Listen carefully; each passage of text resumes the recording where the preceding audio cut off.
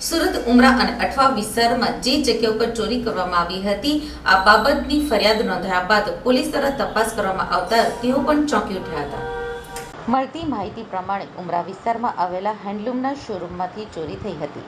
આ મામલે શોરૂમના માલિકે ઉમરા પોલીસ સ્ટેશનમાં ચોરીની ફરિયાદ નોંધાવી હતી. ફરિયાદ મળતાની સાથે જ ઉમરા પોલીસ દ્વારા સીસીટીવીની તપાસ કરવામાં આવી હતી. આ સીસીટીવીમાં કચરો વીણવા આવતા હોય તે રીતે થેલો લઈને આવતા બે શખ્સ નજરે પડ્યા હતા. તેના ઉપર વોચ રાખવામાં આવતા તે બંનેએ ચોરી કરી હોવાનું સામે આવ્યું હતું. ઉમરા પોલીસે સીસીટીવીના આધારે સદ્દામ બોબડે, રશીદ શેખની ધરપકડ કરી હતી અને ઇફતાર ઉર્ફે ઇકબાલ લંબુ મોહમ્મદ ફારૂની ધરપકડ કરી છે. બંને આરોપી ઝડપાતા અઠવા અને ઉમરાના બે ગુનાનો ભેદ ઉકેલાઈ ગયો હતો. બંને આરોપી પાસેથી ₹3,850નો મુદ્દામાલ જપ્ત કરવામાં આવ્યો હતો.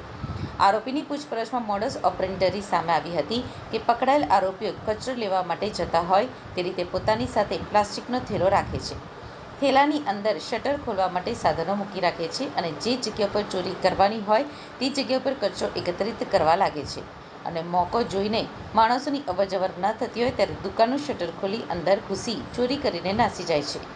થોડેક દૂર જઈ અવાવરૂ જગ્યા શોધી પોતાના કપડાં ચેન્જ કરી પ્લાસ્ટિક વીણવા માટેનું કંતાન ત્યાં રાખીને ચાલતા ચાલતા ત્યાંથી નીકળી જાય છે.